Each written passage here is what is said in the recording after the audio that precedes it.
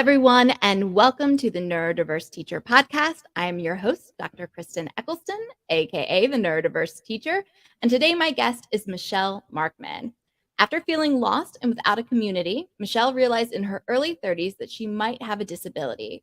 5 years after receiving an autism diagnosis, Michelle started to find similar experiences with other late diagnostic autistic individuals, especially females, and in her words, stepped into her creative, quirky creature that she is and began to cultivate real, authentic relationships with people who accepted her for who she truly is. Today, Michelle works with other late diagnosed autistic adults to spread the empathy and understanding she has gained along her journey in order to help others live a life full of purpose and love. It is Michelle's mission to help neurodiverse individuals create a life they love, appreciate, and are excited to celebrate each day. Well, welcome, Michelle, to the Neurodiverse Teacher Podcast.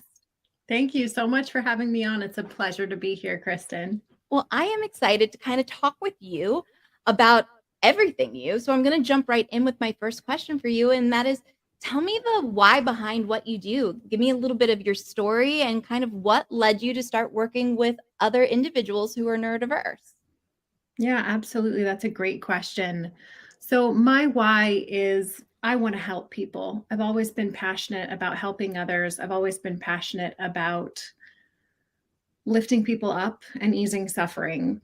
And in my life story, I went through a lot of suffering, a lot of confusion. You know, as a child, I flew under the radar, wasn't diagnosed as autistic. In my early 20s, I was diagnosed with bipolar disorder, which ended up being a completely incorrect diagnosis. And then finally, in my later 20s, was finally diagnosed with autism.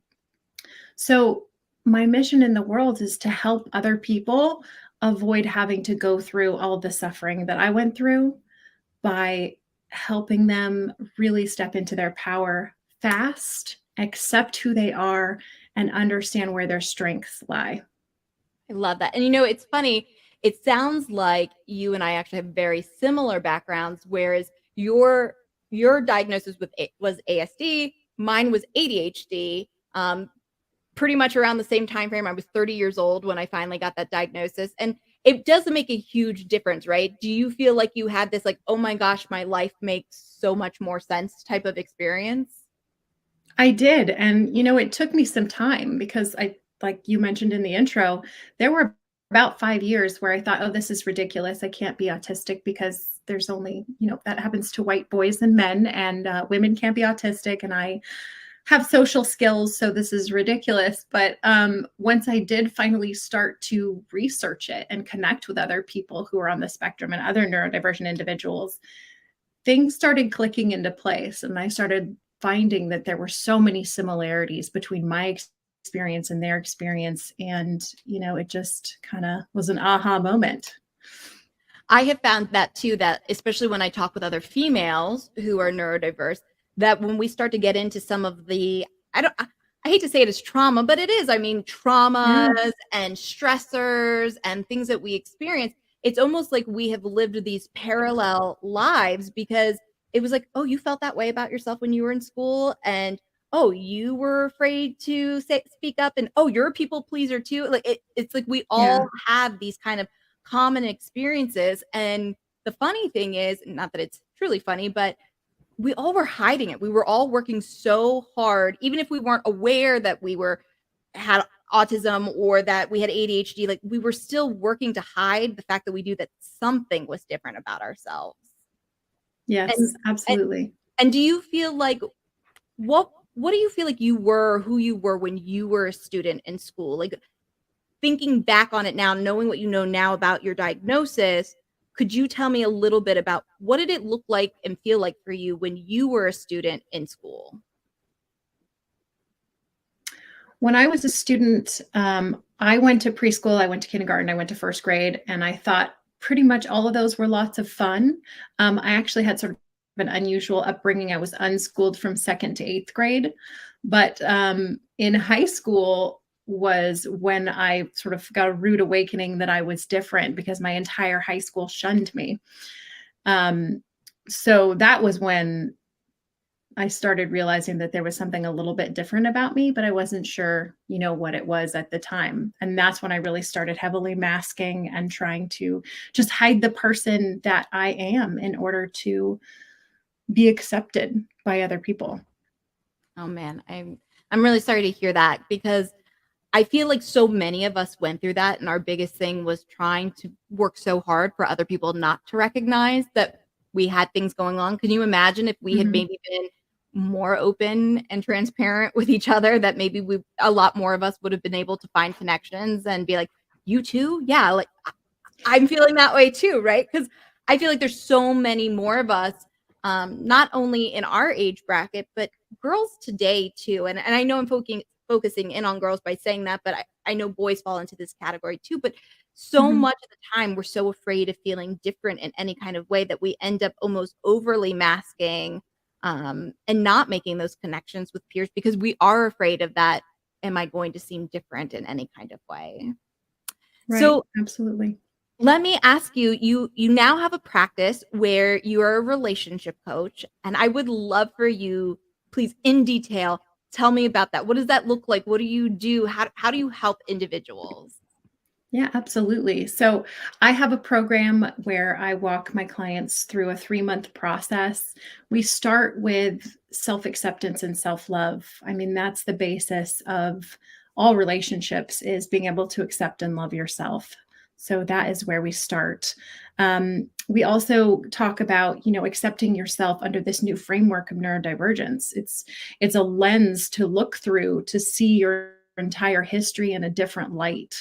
So we talk about that. I help my clients to identify safe people and learn how to form relationships with them, how to avoid people that may be abusive or are unsafe people, and how to learn what is masking for them, how that shows up for them, and how to really use the mask as sort of a unique gift that they can leverage when they need it, and be able to unmask when it's safe for them to do so, because it's so important for us as neurodivergent individuals to be able to unmask for our mental health. Um, we work on helping you with tools on how to deal with overstimulation, understimulation, relearning how to play, identifying special interests that we may have lost along the way with that people pleasing that you were mentioning earlier. So often we can just lose who we are and what makes us happy. And so getting back in touch with that inner child, getting back in touch with how you play and what's fun to you, and how to get back in touch with really the core of yourself. We help you leverage your strengths and scaffold your weaknesses to harness your unique superpowers. And also, we work on self advocacy. So, how to ask for what you need, how to set boundaries, how to enforce those boundaries. And finally, the end of the program is personal branding. So, how to create an ideal avatar that you can present to the world that gives you a little bit of safety when you step out into the world. For women, it can be makeup, it can be a specific item of clothing. I'm really big on scarves. I always wear my pearls. So it can be these little touches that make you feel a little bit safer in the world. Wow, I love that. That sounds beautiful. Let me ask you, how many adults would you say, when you work with them, don't have this sense of self? I know that that was something I feel like I woke up one day and realized, this kind of idea of, are these really my interests? Did I pursue the things that I wanted to pursue? Or was it that kind of people pleasing Yeah. that often comes along with being neurodiverse? And you think that these are your choices, you think that these are your interests. And then one day you wake up and realize, I don't know what I like, or I don't know if this is really me or not. Do you find that that's something that a lot of individuals who are neurodiverse end up having to deal with and kind of go through? Yeah, it's huge. And honestly, it can happen anywhere along the lifespan. So it tends to happen when a person finds out or self diagnoses, gets that formal diagnosis that they are neurodivergent. And that's when they really start to realize, I've created this life that's a house of cards. I don't even know what I like to do. I ended up in a job that I hate because someone else told me that's what I should do. So it can happen. That waking up point can happen at any time, or a person can go through their entire lifetime and never really wake up, never really realize that they've been living someone else's life. And I think that's the hardest thing, is to see someone that's gone through their whole life and hasn't had a chance to find out what they really love and what really matters to them. Do you find that it's kind of hard for people when they first make that realization that, hey, I now have this whole kind of, especially for an adult, right? This whole structured life, and it wasn't anything that I had specifically had interest in or created, but here I am. One, do you feel like that's hard to make that realization? And then two, what kind of success rate do you see for people once they've made that realization and being able to step out into their own and rediscover the things that are actually their interest? Right, absolutely. I think it can be hard. You have to really reframe the way that you think about yourself as an individual. You have to reframe what is meaningful to you. You have to start to get back in touch with your own personal feelings, your own personal desires. And a lot of the time, even more so for women, I would say, we lose that. And we're trained through society and culture that we should put everyone else first. So I think especially for women, it can be doubly challenging. But I've had 100% success rate in my programs. So it's possible. And it's probable. And with the right tools, you can find out what you love. And that makes all the difference in the world, to be able to have meaning and have purpose and have things that light you up and are fun and you really enjoy doing again. I love that. Now, in your programming at all, is it one-on-one? Do you do it in a group in any sense? Is there any way for individuals who are neurodiverse to connect with each other in any type of way? Yeah, absolutely. So I do one-on-one coaching, but I do also have a Facebook group, which is Neurodivergent Relationship Social / Support Forum. And that's where I have all of the people that are involved in the coaching program or will be involved in the coaching program all meet in a group. They can post questions and get responses from each other or from me. And it's a great way to form and build community. I love that. And what would you say that community has done for individuals who are neurodiverse? Do you think it's important and impactful to be able to make those connections with people who are kind of going through similar things?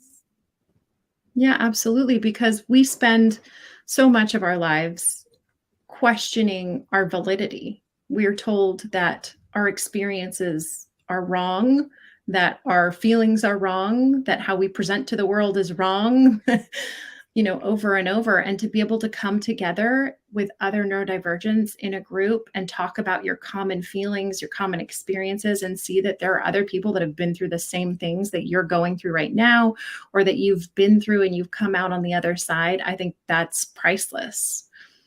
I love that. I love that. So tell me a little bit about how you first got into deciding that this was your passion. Like, I know you told me a little bit about your backstory and stuff, but like, what made you realize, like, no, like I have gone through this transformation. Now I'm going to help other people go through this transformation. Have you always been a coach? Was there anything that you did prior to being a coach? That is a great question. I have had so many different jobs and tried so many different things. I definitely consider myself a multi-passionate individual. My first job was an usher at a performing arts theater. I worked in kayak rentals. I worked as a hospital administrator, and customer care operations. And coaching is where my heart is. Mhm.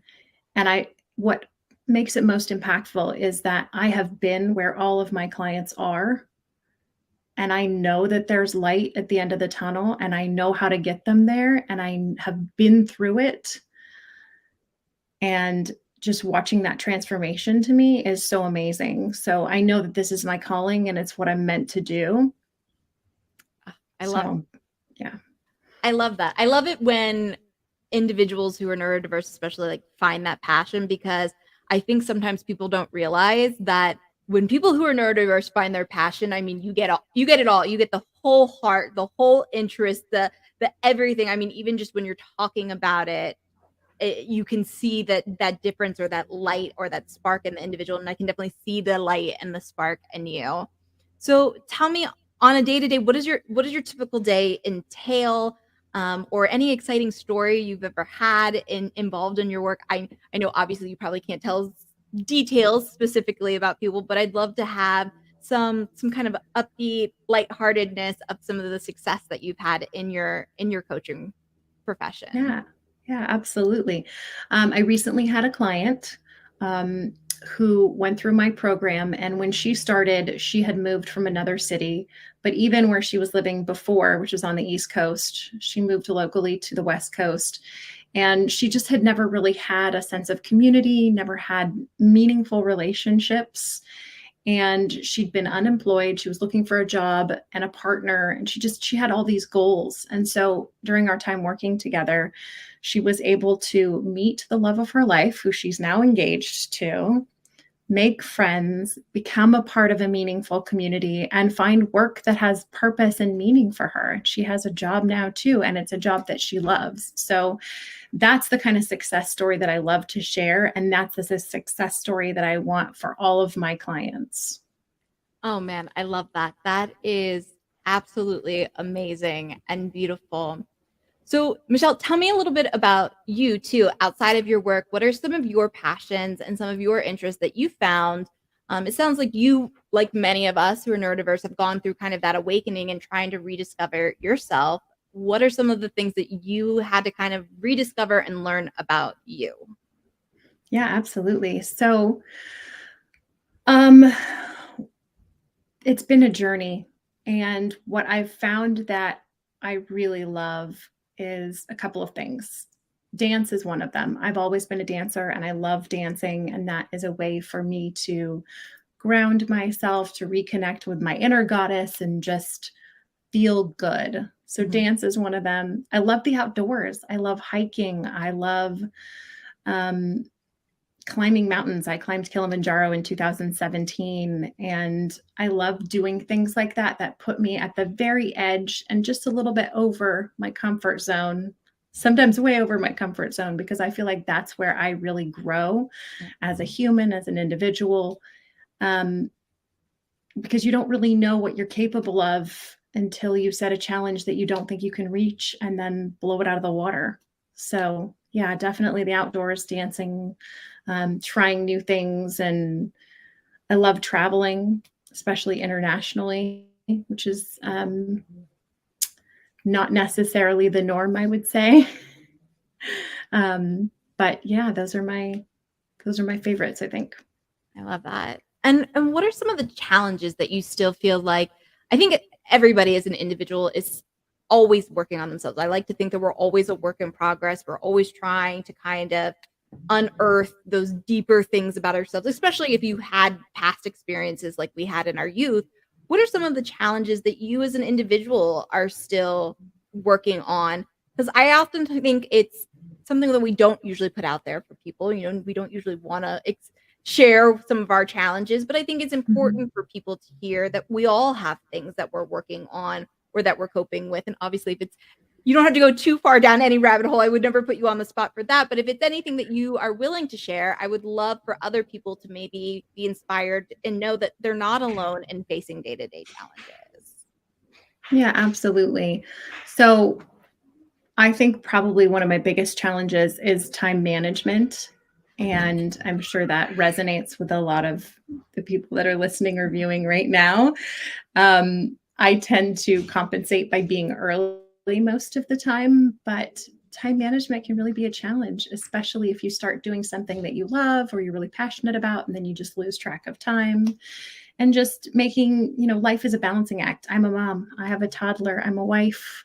I have this coaching business and I'm busy. So finding time for everything, I think that's probably my biggest challenge.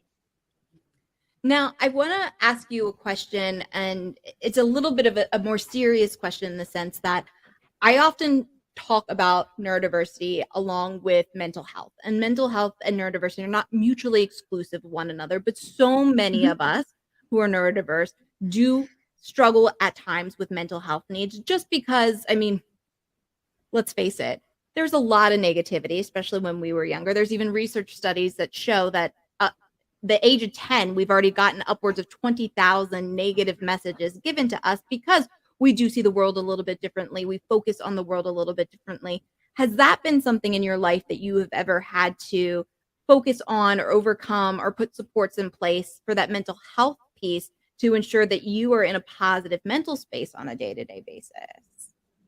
Yeah, definitely. I have been through a lot, and I would say, especially in the mental health sort of area, mental health was my passion.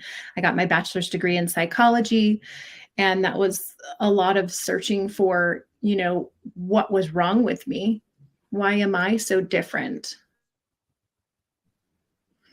And so I mentioned in the beginning, I was misdiagnosed with bipolar 2 at one point. I've faced depression and anxiety throughout my life. And I think that it's really common for those of us who are neurodivergent to deal with these mental health challenges, all kinds of mental health challenges, because the world that we live in is not set up to support us. And we really have to work to put support in place for ourselves. Absolutely. You mentioned the misdiagnosis, and I had a similar experience in the sense that I was diagnosed with depression at a time in my life where I was like, I don't think I'm depressed. And it really was probably the ADHD that was coming through. And so there probably is a Mhm. large population of neurodiverse individuals who do end up with these misdiagnoses. Can you speak to any degree to that, how that was impactful to you in any way, either one, getting that diagnosis, or two, when you realize that, hey, that actually isn't what is actually happening here? Right. I mean, well, having any kind of diagnosis is going to change the way that you view yourself. So, for a period of time, I viewed myself as having bipolar, being bipolar, whatever you want to say. And, it was over the course of years, of a decade, where I ended up getting off the bipolar medications and doing wellness practices to take care of myself. And then after about 9 years, I went through a depression, so went on an antidepressant, and then actually found out after going on the antidepressant that, there's proof in the pudding that I don't have bipolar, because if I did, that would have triggered a manic episode. So it just had been this whole misdiagnosis and this whole misframing of my life. So thank you for sharing that. And the reason why I asked is, when I had the diagnosis of the depression, and then years later is when I found out about the ADHD, I don't want to say I was angry, but there was definitely like this level of frustration that, you would think that things like ASD and ADHD would be in the medical professions, some things that would be more commonly known or aware of. And you're right. When you get a diagnosis, then it's not that you take on the persona, but it definitely becomes a part of you because you're trying to understand who you are as an individual. And that was incredibly impactful to me. Not to say that I haven't dealt with depression, I have, but at that point in my life, I wasn't dealing with depression. And here I was being told I was depressed. Here I was being given medication that was making me feel not myself, and it was because that wasn't truly what I was dealing with. I was dealing with symptoms of that ADHD. And that's why I asked you your view on it, because I think it's important because, again, like I said, I think so many of us get misdiagnosed with things. And it is something that needs to be acknowledged, that it is impactful to us and how we view ourselves. And I had a lot of frustration, and again, not anger, but maybe anger for lack of better words, that I wasn't identified appropriately. And I think at that point in my life, I was probably 22. And so we're talking even 8 years more before I even got the actual real diagnosis. And that diagnosis, I didn't even go into the doctor for ADHD. I went in for, I think, anxiety. And then they were like, hey, have you ever considered that you might have ADHD? And so do you feel like you had any level of anger, frustration as well that came along with starting to understand, like, wait, that wasn't what I was actually coping with? It was something very different. And, if we had been maybe a little bit more open, especially to females who fall into the neurodiverse category, then it could have been something that could have been identified either earlier, or I could have started to understand myself a little bit more earlier on. Yeah, absolutely. I resonate with that. And I would say that there is a whole process of accepting this new identity of being neurotypical and mourning the loss of your, I'm sorry, neurodivergent, and mourning the loss of your neurotypical identity that you had. So it's a process that you have to go through. And like you were saying, as far as, getting people the right diagnosis, our whole framework is set up around white males. That's psychology. The DSM-5 was written for diagnosing white males with conditions. So we really have to make changes to get everyone these proper diagnoses that they need to get. The framework has to be changed. So yeah, there's a lot of emotions and feelings that come up with finding out who you are and why you are some of the ways that you are. You mentioned on your website that you struggled a little bit with coming to kind of terms with your diagnosis. Can you share a little bit about what that felt like for you, what that was like, what ultimately led you to kind of that acceptance? Obviously, there's a strong acceptance now, so much so that you were helping others. But what did that look like for you when you were trying to personally come to terms? Yeah, absolutely. So when I first really realized that maybe something was going on and maybe that diagnosis that I'd gotten in college was a little more valid than I thought it was, when I had been married recently. I'd just been married for a year to my amazing husband, who I've been with for 7 years now. And I was just going through a lot. It was really hard for me to take on the role of wife. And I started to think that maybe there was something going on. Maybe I did have a disability. So I pulled out that paperwork from college and read the diagnostic criteria, and I started reading about autism. And it just started to kind of dawn on me that I really resonate with so much that I'm reading about, and so many people that have been through the same things, that, maybe this is what it is. And so I went through that whole process of mourning that I talked about. And I had a little bit of a pity party for myself, and I mourned the loss of my neurotypical identity. And I went through that, and I came out the other side, and I discovered my passions and my interests, or rediscovered, so to speak. And, I set my mission to help others do the same, because you can have a life of purpose and meaning and value and do what you love and enjoy your life once you figure out what that is and what that means to you. And everyone's different. And also, I think it's so important to advocate for ourselves. And by speaking up and by speaking out, we are, taking this veil of secrecy and silence away from neurodivergence. And it's so much more common than we're led to believe. 100%. I think that we are well underdiagnosed. And, and I think people ask all the time too, well, why is it such a big thing now? I think it's just that we're speaking out about it more now. I think there was so much stigma around it for so long that we just didn't give it the space. And I almost have this feeling, it's my personal theory, that there's probably more neurodiverse individuals than there are neurotypical people. We just haven't all figured it out yet. Because I talk to people all the time who go, I don't know, I could be ADHD. And I ask them questions and I'm like, yeah, welcome to the club. I mean, and it's just because people haven't realized yet that they are neurodiverse, because we don't talk about it and we put so much stigma around it. Well, let me ask I'm just smiling because I've heard that before. Right? So, yes. Well, let me ask you, if people wanted to work with you, what would be the best way for them to either reach out, contact you, learn more information about you? Yeah, absolutely. So check out my website. It's michellemarkman.com. That's MICHELLEMARKMAN.com. Book a transformation call. It's totally free. It will change your life. And I highly recommend you reach out. I love it. I love it. And now let me ask you, this is a question I like to ask all my guests when they come on. If you could give any advice to youth or young adults who are currently struggling academically, social, emotionally, what advice would you give to them? I would say that nothing in life is permanent. So get through now, get through the next moment, get through today, get through tomorrow.